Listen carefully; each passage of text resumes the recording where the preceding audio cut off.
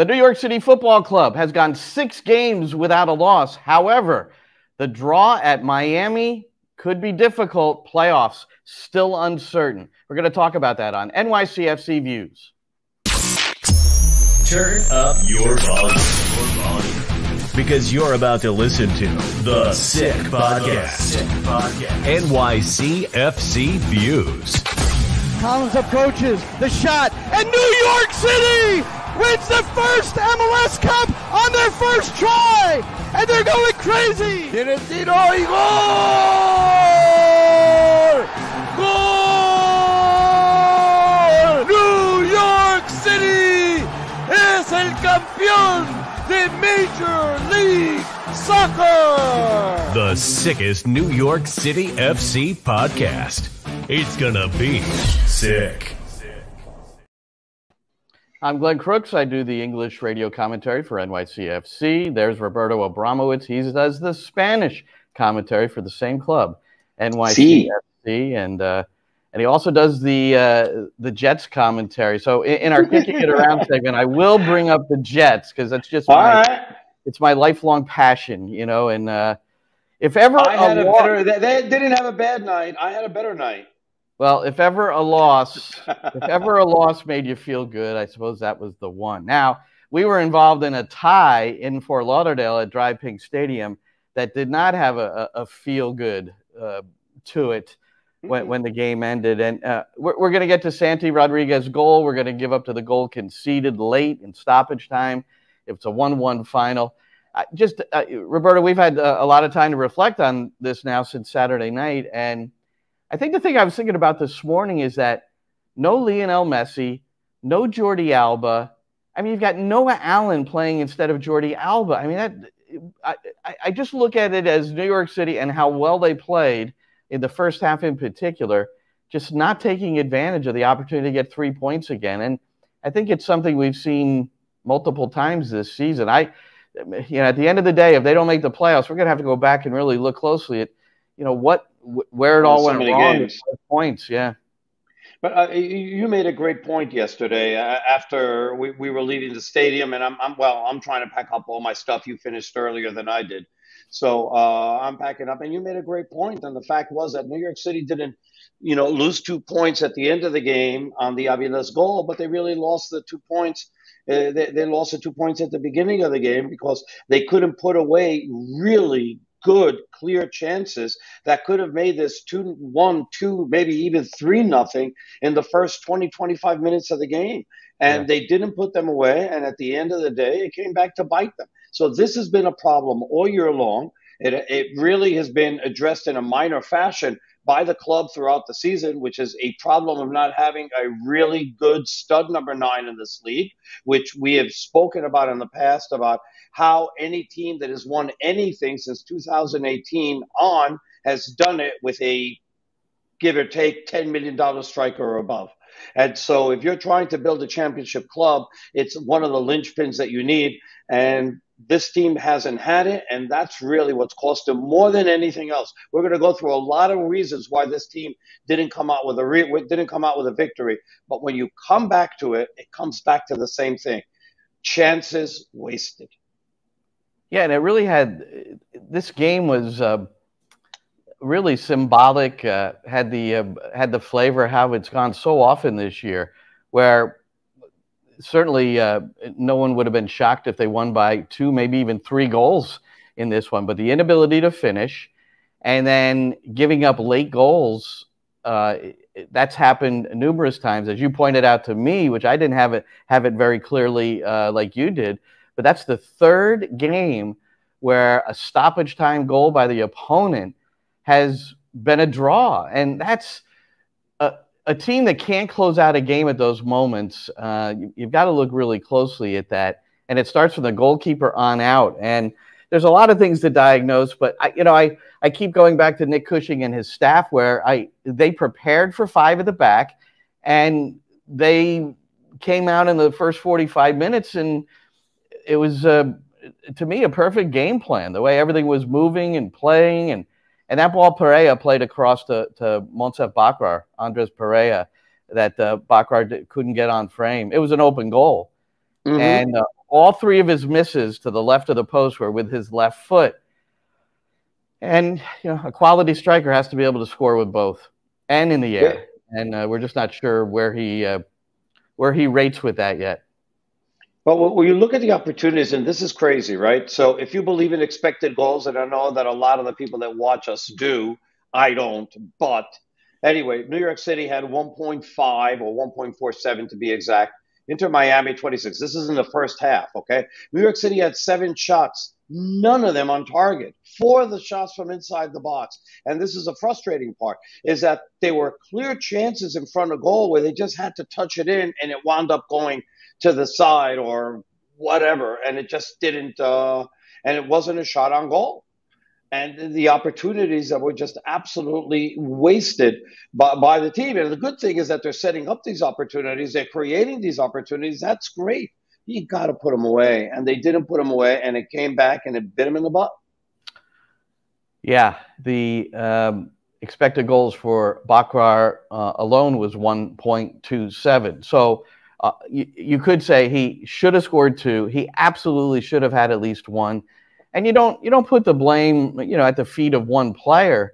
But my goodness, I mean, this is when you're the striker, when you're the talisman. Those are, I mean, the one that Pereira played across it, he couldn't get in. I mean, honestly, that's a tap-in, man. That's a gimme. Yeah. That's a layup. And so now it's, now you're 0-0 at the half. But still, with all that, there's a substitution made where Keaton Parks comes in for Monsef Bakrar in the second half, and Santi Rodriguez rotates up to this striker spot. I swear I saw him look over to the bench with just a moment of really? But maybe not. Maybe I was just making it up.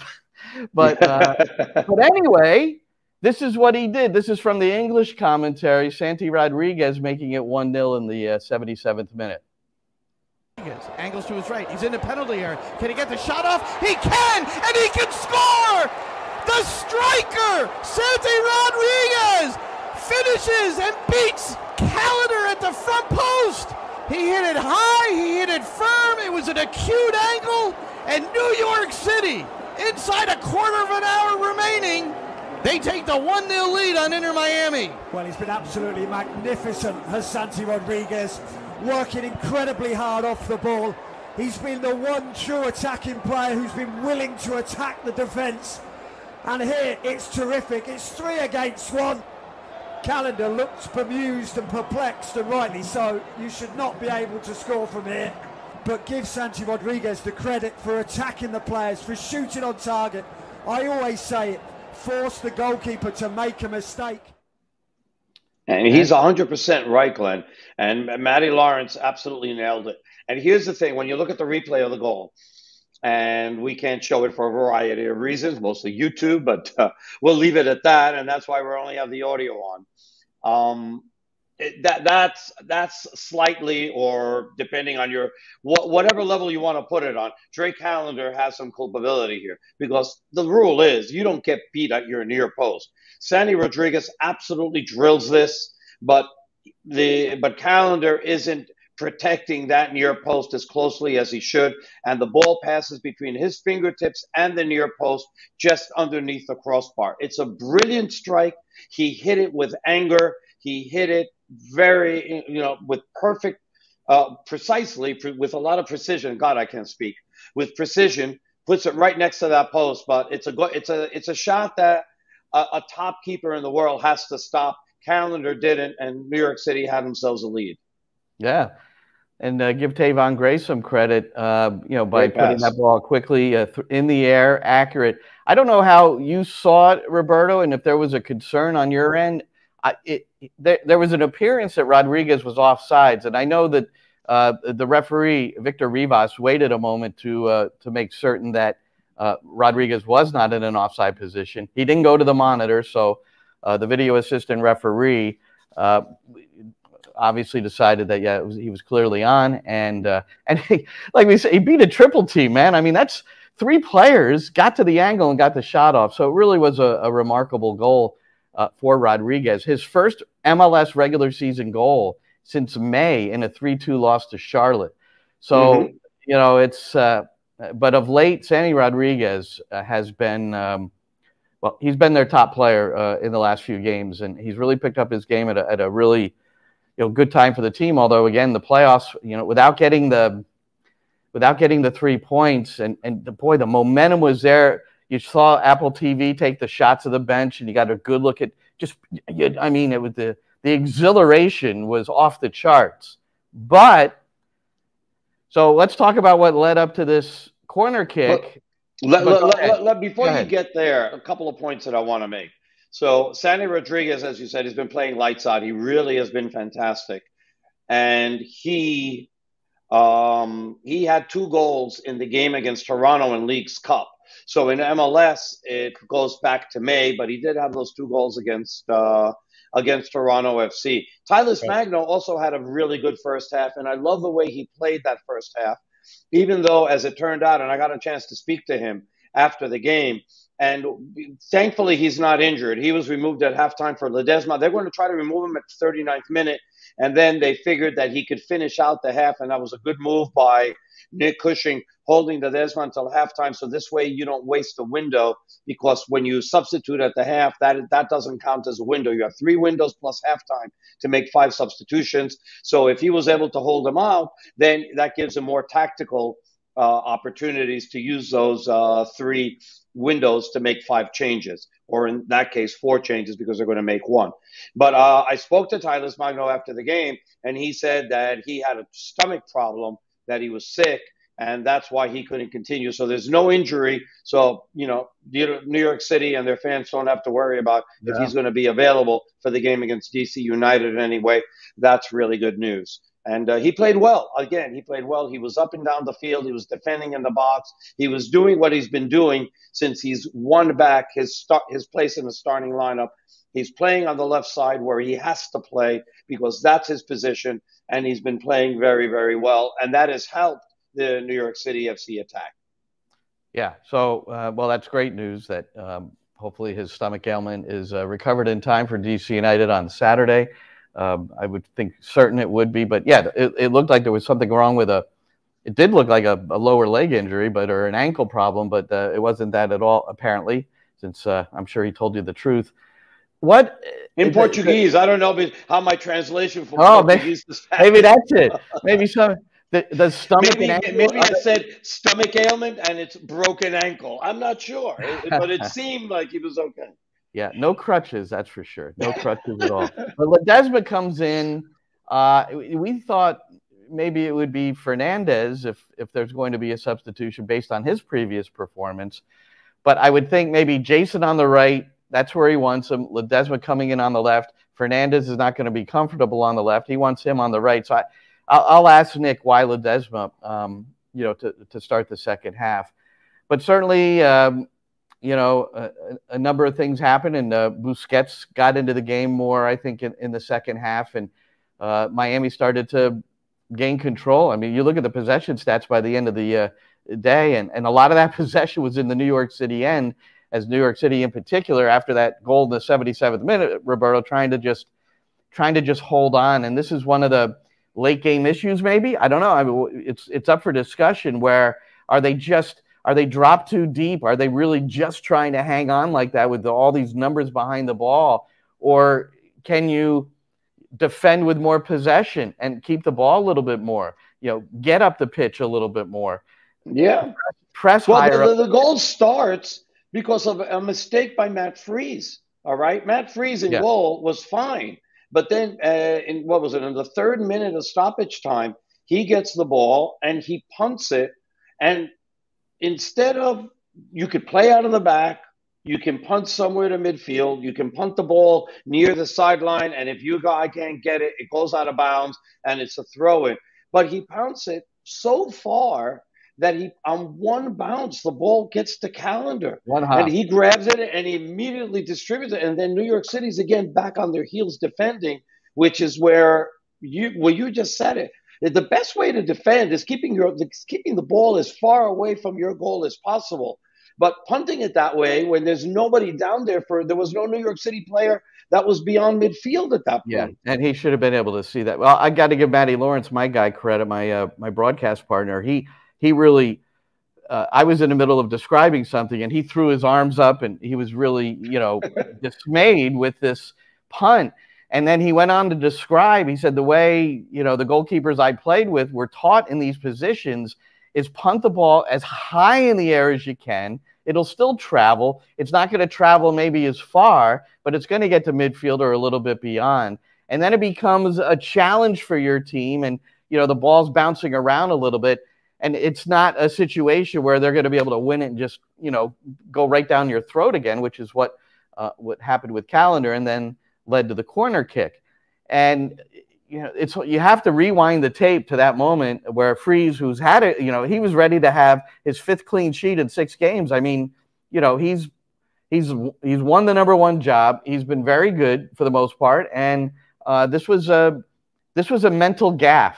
That was a gaffe, because you're trying to kill the game.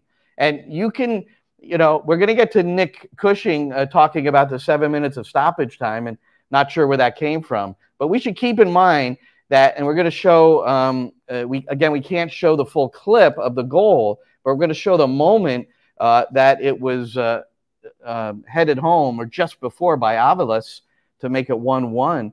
But it was the 4th minute of stoppage time when it occurred. The goal. You talked about Freese in the 3rd minute. The goal came in the 4th minute. Yeah, you had 7 minutes of stoppage time, but there would have been at least 4 or 5. That's kind of the general thing you would have gotten anyway. But let's talk about this, because it deserves evaluation, and it deserves a question of Nick Cushing on Thursday when we go up. It'll be part of, there'll be a presser. Somebody might ask there. I'm certainly going to bring it up to him in our exclusive pregame chat that we have every week. So let's put this up, Sammy. And Roberto, I'll let you chime in first on this. This is the corner kick by Robert Taylor, and Aviles is number 6, and that's Richie Ledezma to his left, and the ball's about to land on the head of Aviles and then get it past to Matt Freese. You can see it's about 8 or 9 yards out, so it's pretty close to goal. So, all right, Roberto. Okay, so first of all, Aviles is one of the taller players, and he's a defender, so he comes up for set pieces for Inter Miami. He's not a forward. So one of the things that I'm curious about is what were the marking assignments on all of this? Because what winds up happening is that you get Richie Ledezma, who basically is trying to push Aviles out of the way. Now, Richie Ledezma has his back to the ball the entire sequence. And I looked at this from 3 different angles on the replays, and the entire sequence, Richie Ledezma is never facing the ball, so he doesn't know where it's going or where it is. All he's doing is trying to get in the way of Aviles, but he never jumps with him. As a matter of fact, Aviles almost uses him as leverage to be able to get up in the air and then have a clear header home. Right. But my question is, why isn't, for one, the defending's terrible. There's no doubt that that's poor defending. But 2, why is it Ledezma that has to be on Aviles? Aviles. Why is it him? I mean, it shouldn't be him. It should be somebody else. Well, look, Roberto. It should be somebody who's a hell of a lot taller and But Roberto, look. Let me interrupt for a moment. Just look at the photo. So look who's surrounding where Ledezma is. The 4 best headers on the field for New York City. Burke Risa with the number 5. Right beyond Aviles is Thiago Martins. He's got the captain's armband there. You can see it yellow right in the middle. Then Keaton Parks to the right.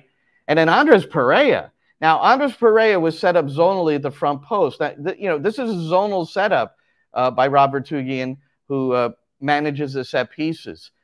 But I agree with you. Look, Ledezma, I'm 5'4". Ledezma is listed at 5'6". Not a chance. Not a chance he's 5'6". Aviles is listed as 6'1". He probably is. So that alone, but you can still... Or even if he's 5'11", you're talking about a 4 or 5 inch difference. Yeah. So... because it can't be that they're lying on one and they're not lying on the other. No. Come on. So... But you're right. The fact that, look, and Maddie said it first, and then I heard Danny Higginbottom on the Apple TV telecast, and they both said, and they were both defenders, and they both said the same thing. It's like he's not looking at the ball. And the principle of defending, man marking, is see the ball, see the player, and then see the space. And that's all, the space to your right or left, depending on where the ball's coming from. So you have to position your body so all that is happening. And then he would have been able to at least rise. And the thing is, Roberto, a free header versus a challenged header, that's a massive difference. You know, a free header, you allow the power, you allow maybe more accuracy. And I know we're spending a lot of time on this, but this right here might be a moment why they don't get to the playoffs. And I'm not, again, if you say that Richard Ledezma is at fault, is like the guy is why they lost the game, that's not what we're saying at all. But we'd like to know what is he thinking about in this defensive assignment? And your question, why is he on Aviles instead of one of these other good guys in the air? I mean, Martins and Risa were winning the air game all match long on these. Yes, they were. So yes, they were. You know, it was. And I mean, and you got Joseph Martinez that's right there as well, and he seems to get away. Who's marking Joseph Martinez? Tavon Gray. How does it wind up that two guys who you would think are dangerous in the air? Now, Aviles doesn't have a history of scoring. That's his first goal in his career. Okay, but he's big. He's a target because he's one of the bigger guys in the area. Why isn't he being covered by somebody of like height? And then Martinez is right there. So if Aviles doesn't get that goal, Joseph Martinez is going to be there. As a matter of fact, on the call of the game, they had said that it was Martinez getting the goal. You know, I was confused at the beginning because the cameras followed Martinez. I didn't know who it was. Well, and I just TV. waited until I waited to see the replay to be able to finally call to see who scored the goal because I wasn't sure. Same with us, because I thought Martinez was in the area and I was at the other end of the field. So we didn't see it quite clearly enough until the replay came. But Apple had it all Martinez. They were following him up the field. But Martinez, when he scores a goal, you can tell. And so there was some confusion for sure. And Aviles, that's why he didn't celebrate it the way he normally celebrates it, because he becomes very stoic and like he almost like snarls at the fans and goes into a pose. And he didn't do any of that. And Aviles left it, you know, with his arms raised and as you would, scoring an important goal like that and scoring the first goal of your career. So you would expect him to be excited. That wasn't barely because New York City. That's why it was hard to see. But just so it was hard to see that he scored the goal. To be honest, he had no emotion. You might have seen his arm. He just jogged back to his position. No, he raised his arms and ran back. I was looking at I looked at that part, and that's why I hesitated, because I thought it was Martinez, and then I see him celebrating the way it's celebrating, and then I was like, all right, I'll just keep on holding the goal call till I figure out who the hell scored it, because I didn't want to make a mistake. But then, you know, a minute later, they come back down the field, and Kremasky, oh my God, he almost wins it for Inter Miami. I mean, they were on their heels. It reminded me of the New England game in the playoffs in 2021. Yeah. Well, Ruiz is the one that struck the shot that went under the bar. Oh, it was Ruiz. Okay. Yeah. Right. Okay. But the Honduran international. That was has like 3 names. Yeah. Right. That was very close. All right. Well, let's get to the referee, because we're going to play a clip from Nick Cushing. Before we get to the referee, hold on. We got to go back and talk about. We got to go back and talk about. This isn't the first time that this happened. This wasn't New York's first rodeo, and they don't seem to learn from their mistakes. So, in Atlanta, against an Atlanta United game that they had against the ropes for most of the game, they wound up giving a stoppage time goal, and they wound up leaving that game with a 2-2 draw when they had that win in the bank. In Columbus, it was even worse, because Columbus had lost Cucho Hernandez with a red card earlier in the game. And so they're playing up a man, and they still went all the way back, and then they got caught, and they allowed a stoppage time goal, and they lost 2 points there. And then here we go again against Inter Miami. And then there was one more game at home that had happened, according to Scott Churchson. He had posted that this is the 4th time. I remember the 3 at home. Rather on the road. I don't remember which one it was at home. But and if anybody remembers, please tell me. I'll go back and take a look and see which game they allowed one at home like that. But it's happened there as well, it seems. So they got to figure this out. They're not defending these things properly. I mean, there's a way to defend these games. There's a way. To me, I mean, I still think that if you keep the ball as far away from your own goal as possible, that's the best way to do that. But they get pushed back and they get compressed and they suffer. And I think that they over suffer. And I don't know what the solution is as far as not doing that and not giving the ball and all the initiative to the team that's trying to tie the game, right? Because you don't have somebody who you can depend upon on the counterattack to go and bury a game, which you try to do sometimes, where you got somebody who you're going to keep up, who if you send a long ball in, he's going to be able to run behind it, catch it, beat the goalie and score and kill the game. But New York doesn't have that player. I don't think. I mean, maybe it's Martinez, and he hasn't had a chance to do that coming off the bench. Maybe it's Julian Fernandez, but he wasn't in the game. So you don't know who that player is going to be. Let's not speculate. Let's ask him on Thursday everything we can on this, and Nick's honest with us, and it's I think it's an important question, and some of it is out of his control, and how much is in control. I mean, I would be surprised if they don't have whether it's a sheet of paper, or I don't know how they do things. I used to have a sheet of paper. End of game tactics, up a goal, tied, down a goal. And our players knew, we change the shape a certain way. There's certain considerations. You go back to the freeze moment, like the goalkeeper's got to know. So when you're trying to kill a game, there's certain things that you do and there's certain things that you don't do.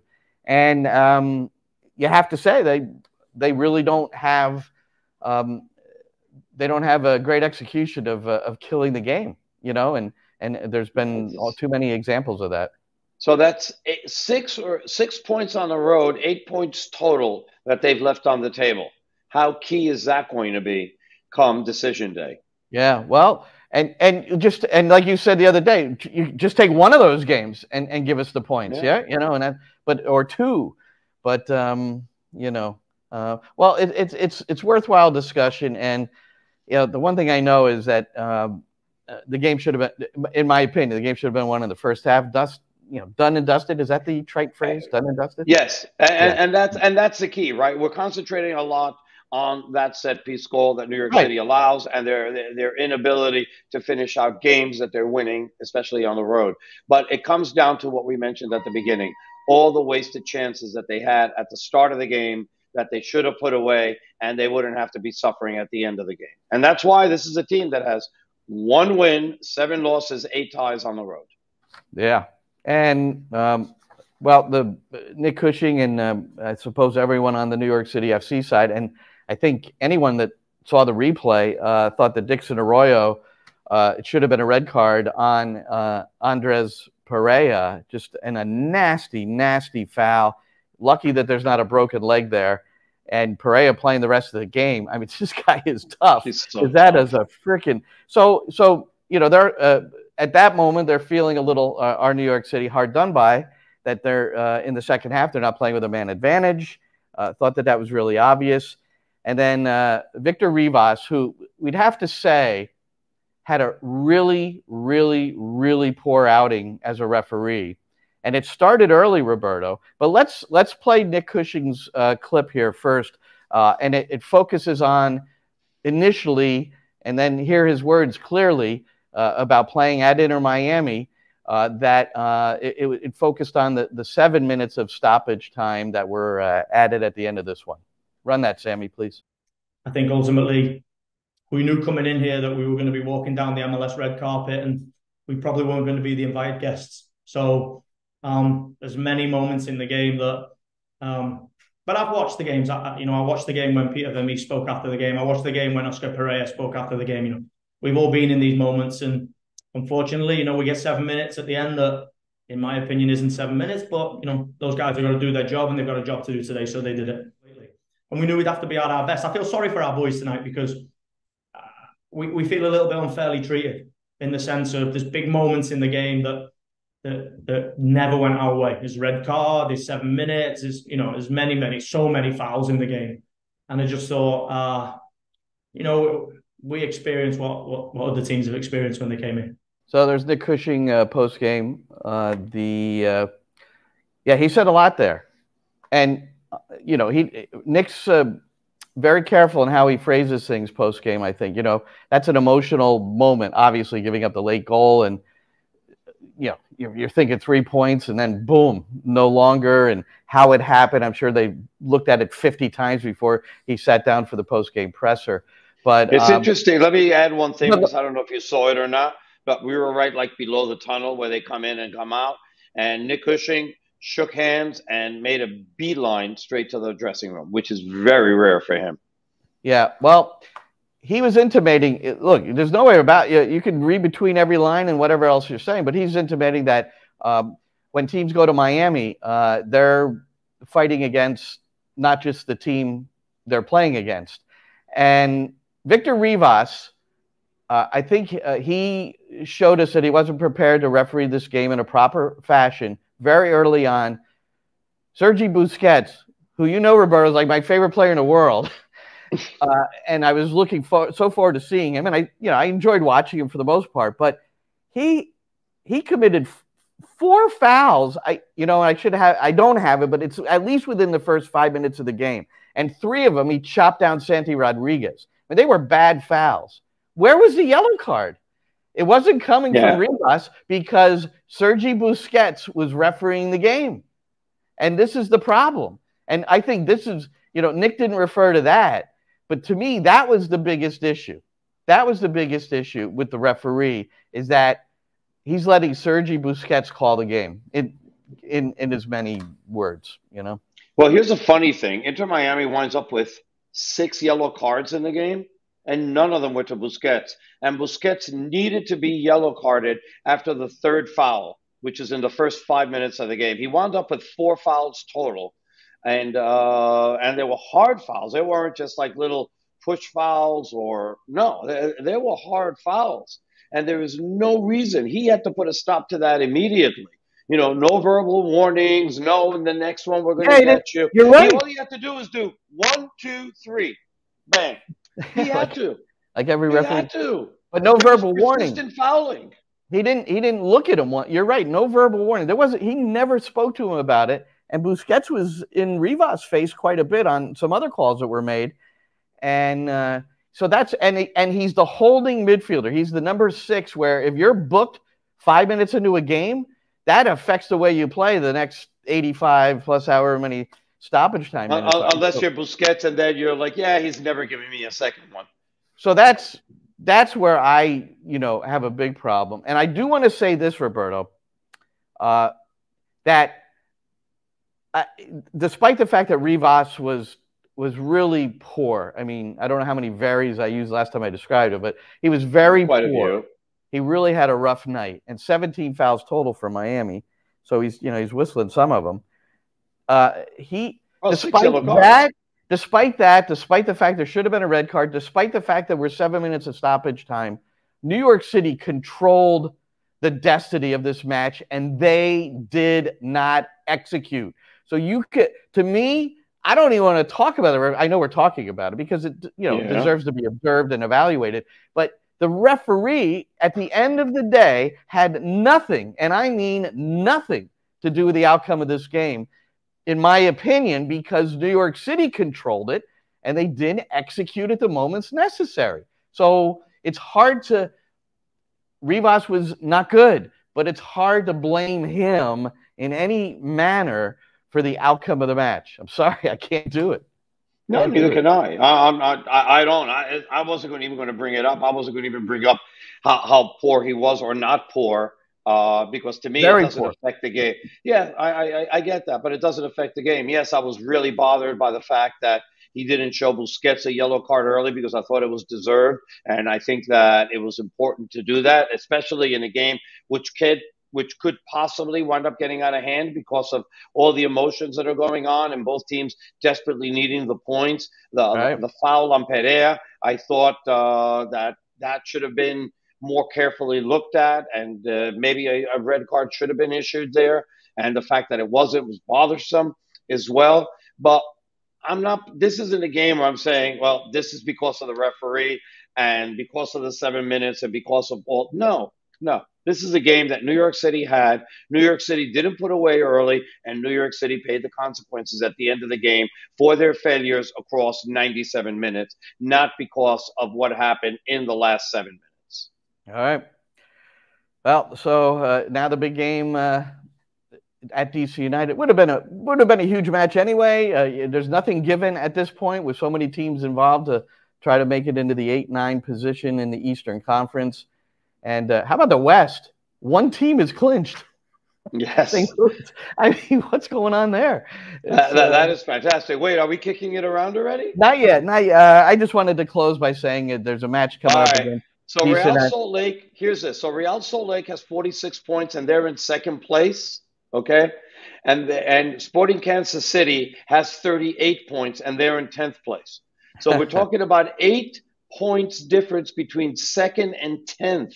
And 11th, if you want to include Minnesota. Now, if you're looking at FC Dallas, which right now is a team in 9th place, okay, they have 41 points. And LAFC, the LA Galaxy, which is in 13th place, all right, and has played only 30 games, they have 35. The West is wild. Maybe you've heard that at some other occasion under some different circumstances and pretenses. But it's wild. And hey, if you're going to have, basically 90% of your league make the playoffs, at least, now 98% of the league has a chance to make the playoffs. So you're keeping all the fan bases involved. All right. Well, even the ones that got screwed starting next year in Miami. Well, it may be wild, but is it sick? It's a sick podcast, Roberto. No. All right, let's kick it around. This is why you shouldn't do this. Let's kick it around.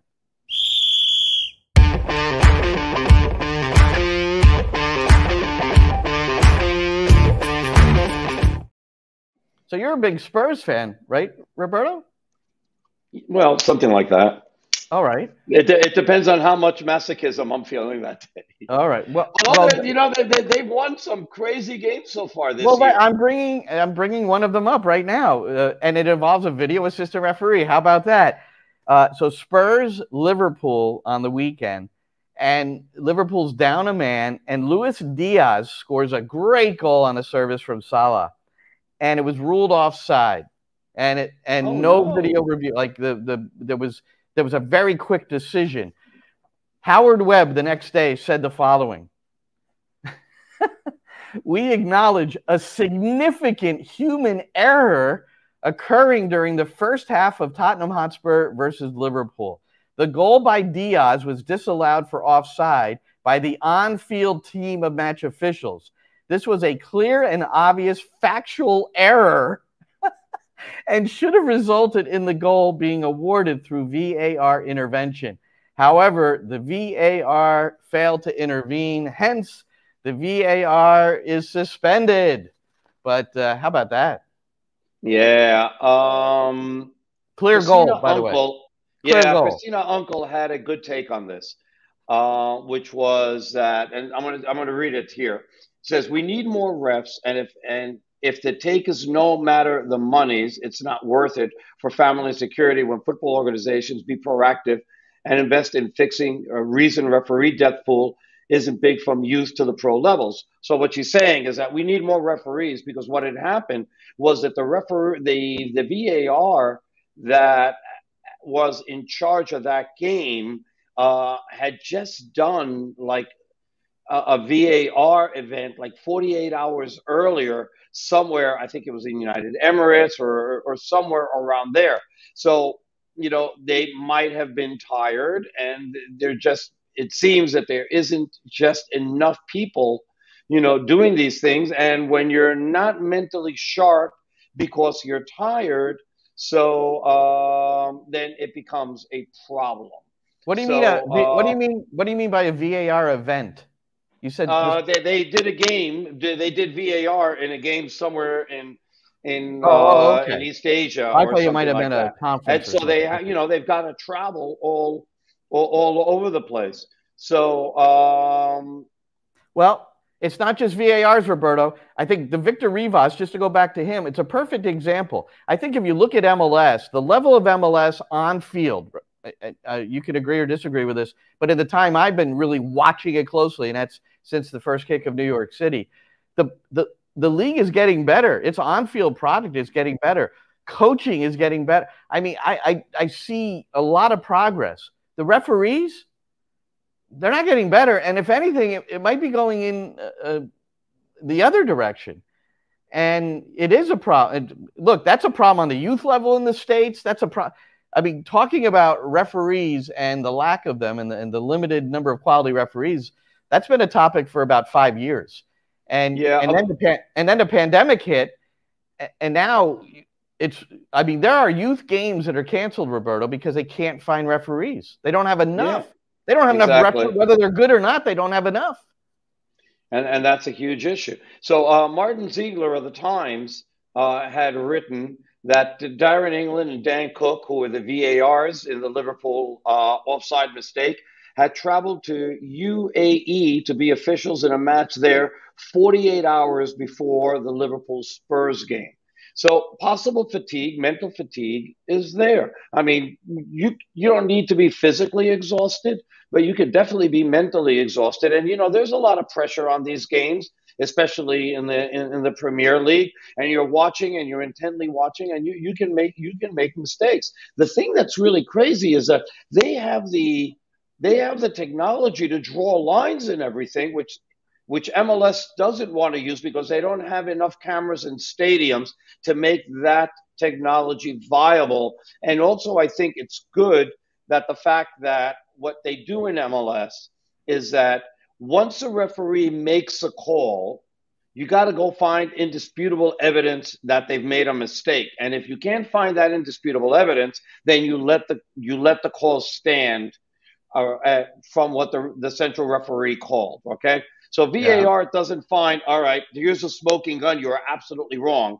Then we allow the referee to continue with whatever his call was. So unless they see a massive mistake where they absolutely see that there is a mistake, and the referee then goes to the monitor and sees it, or just takes a word that there's a mistake, then they should just let the call stand. Yeah. VAR should help you correct really bad calls as opposed to millimetrical calls, which in England is what they do. Yeah. Let me get one more thing in here. The Red Bulls, Sac Republic, and NYCFC. Red Bulls making headlines. Julian Zakarzuski, I forgive the Zakarzuski family if I'm pronouncing that wrong. Hall. He's got 3 names. I hope we could just call him Julian Hall. Anyway, 15 years, 190 days, became the second youngest player to appear in an MLS match. He came in the 81st minute in the 1-0 loss to Chicago at Red Bull Arena. He still trails Freddie Adu as the youngest to play in an MLS match. Then you have Davion Kimbrough with Sac Republic. That's of the USL Championship. 13 years old and 215 days. And he became the youngest U.S. soccer player to make a professional debut and also signed as the youngest player. The previous youngest player signed to a professional contract in the States was Maximo Carrizo, who signed a homegrown deal with New York City FC. He has not played in a first-team game. He's been just with MLS Next Pro and the NYCFC. Where he starts, by the way. The 2-team, right. And yes, he does. So...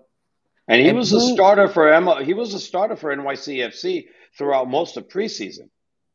I mean, we kept on seeing his name as a starting number 10 for New York City FC, and then he's played a lot of games for the U17s in Argentina. He was called into a U17 camp for the United States. He attended, didn't seem to get the minutes that the Carrizo family expected, and they pulled him out. Well, which is a little. One thing I noted watching him at training. So now these 2 players. He's been at training before, but now there several of them are, including MD Myers. Everybody's wondering if MD Myers is at training now. Yes, he is.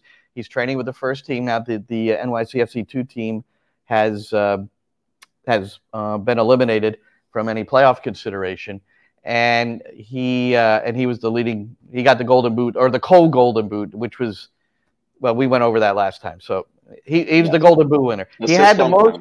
He had the most goals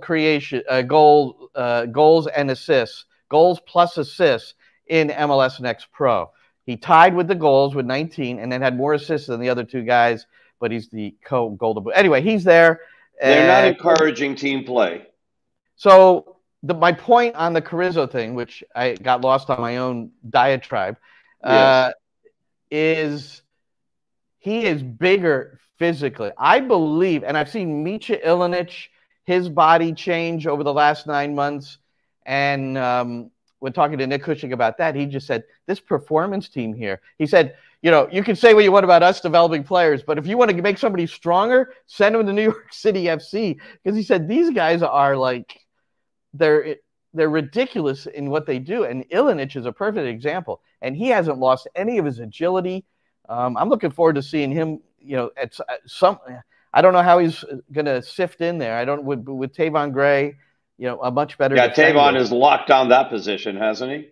Yeah, for now it seems. And but Carrizo, that's the point is he had to grow to be in the midfield, grow physically. And he is you could just see it. You know, his overall frame is just that much more solid. So I'm glad we can mention that. My son grew from like 5'3" to 5'10", 5'11" between 13 and 16 years old. I mean, Carrizo could wind up being a 6-footer. Who the hell knows? You never know. I mean, he's only, 15 years old now. Yeah. And Eddie continues to do this to me.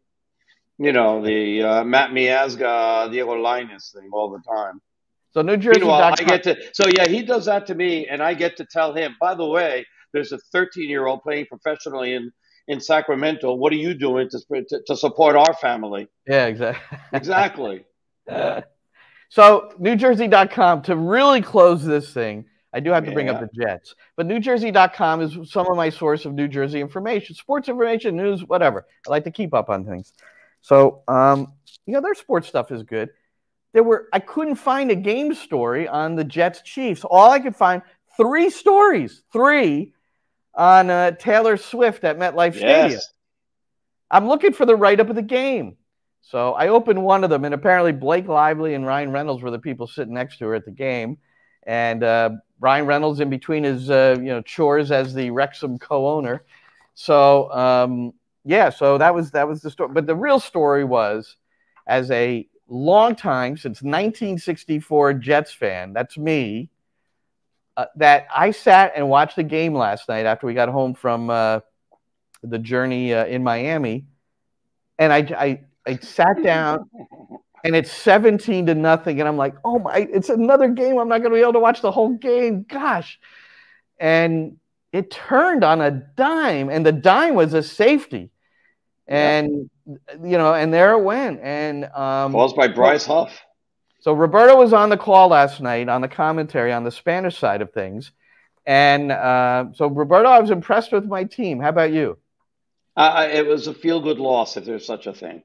And here's the thing. There was so much pressure during the week for all the chatter, all the talk, all the noise about Zach Wilson. Now, we know Zach Wilson is a quarterback that has issues, that has a lot of potential. He's got all the tools physical tools to become a really, really good quarterback, which is the reason why the Jets traded up to get him with the second pick of the draft a couple of years ago, back in 2021. He's got all that. He's got all the talent, you know, but mentally here's where he needs to mature to be able to make good decisions. And they also have to put him in good positions to be able to make plays. So I thought that Nathaniel Hackett and Robert Saleh, did that in this game. And even though the Jets didn't get a first down, or they got one first down in the first 2 series, I like the way that they were calling the game and that they were doing rollouts. And in the first series, they threw the ball 3 times because everybody's expecting him to run to protect the quarterback. But they didn't. They opened up the game for him in many ways that they hadn't done in the past. And they used to his strengths. So he was rolling out right. He was rolling out left. He was hard to tackle. He wasn't a sitting target over there under pressure. And so I thought that was very, very good about what they did. So when it was 17-0, right, to me, it was more on the defense, because the defense, which is an elite defense, and if you want to call yourselves an elite shutdown defense for the Jets, all right, then you can't allow the Kansas City Chiefs to score 17 points on three consecutive series, the first 3 series of the game, and put an offense that is under fire under that much pressure. You can't do that. So that was on the defense. But then the defense reacted in the fourth series by getting Taylor to commit a foul in the end zone on Bryce Huff, and that is a safety, and that turned the game. It did, and and just in athletics. And by the way, as the Sick Podcast has a number of NFL podcasts, so we're adding to here. We're from soccer to NFL. We're going to do a little Jets thing here. We're going to do a little Jets here. Because we can, because you and I, we decide. But just from a sport, if I were watching this game and not even supporting either side, it was really a remarkable turnaround, especially for Wilson, who you like the schemes better. They got him out of the pocket. I understand exactly what you're saying. By the way, Chris Collinsworth, I would listen to you, Roberto, if I could speak Spanish and understand Spanish. I'm sorry, but Chris Collinsworth, he is. Is there a better analyst? I mean, he had everything. He saw everything before it happened. I mean, I hear about Tony Romo all the time. Who's better than this dude? But he really had a bead on what was going well. And he really felt that Aaron Rodgers, some of that has finally seeped into Zach Wilson. The way he played, like those back shoulder throws that they talk about in the NFL all the time. Oh, he was perfect on those. And that's what was great to see. Is that a lot of these completions, he had one to Conklin down the right side.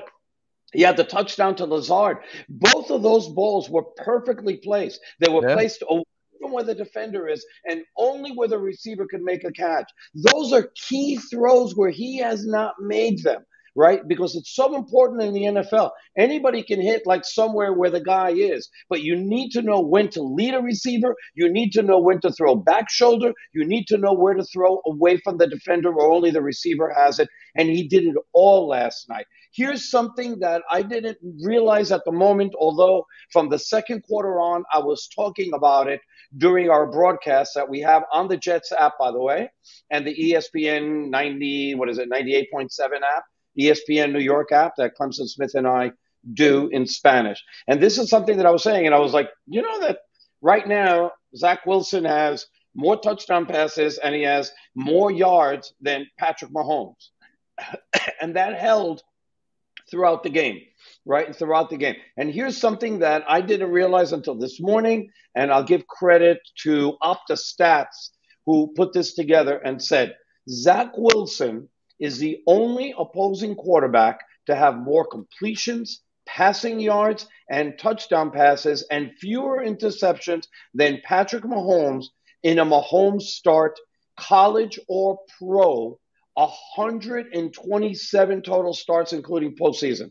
That is an amazing stat against the best quarterback in the NFL. And so Zach Wilson. How many games has Mahomes? How many Mahomes has played over what? 80 games in the NFL? I don't have the exact number on me. I'm sorry. Well, so a lot of these stats after I'm done with the game disappear. I think when we were waiting for the plane yesterday at the airport, I think you said 80 something. Anyway, so Roberto, that's great. So Sammy, our producer, we could, if you want us to do a Jets podcast, we're all there for you. But this is NYCFC Views. I also want to say, give a shout out to Tony Marinaro, who does a podcast here. He's a big member of the Sick Podcast team. Does a great one, and he had his son and his wife at the non-Messi game against New York City FC. Brought him down for that from Montreal, so it was nice having breakfast with him, and wish him all the best as well. So Roberto, so we will tentatively be on after training on Thursday. If we can make that work, that would be good. Yeah. And we can kind of report on that, and then we'll set up the weekend's game at DC. So for Roberto Abramowitz, I'm Glenn Crooks. It's been nice to chat with you all, and talk to you again soon. And that's a wrap. Hope you don't miss us too much until next time. Follow the Sick Podcast NYCFC Views on YouTube, Instagram, Facebook, Google Play, and Apple Podcasts.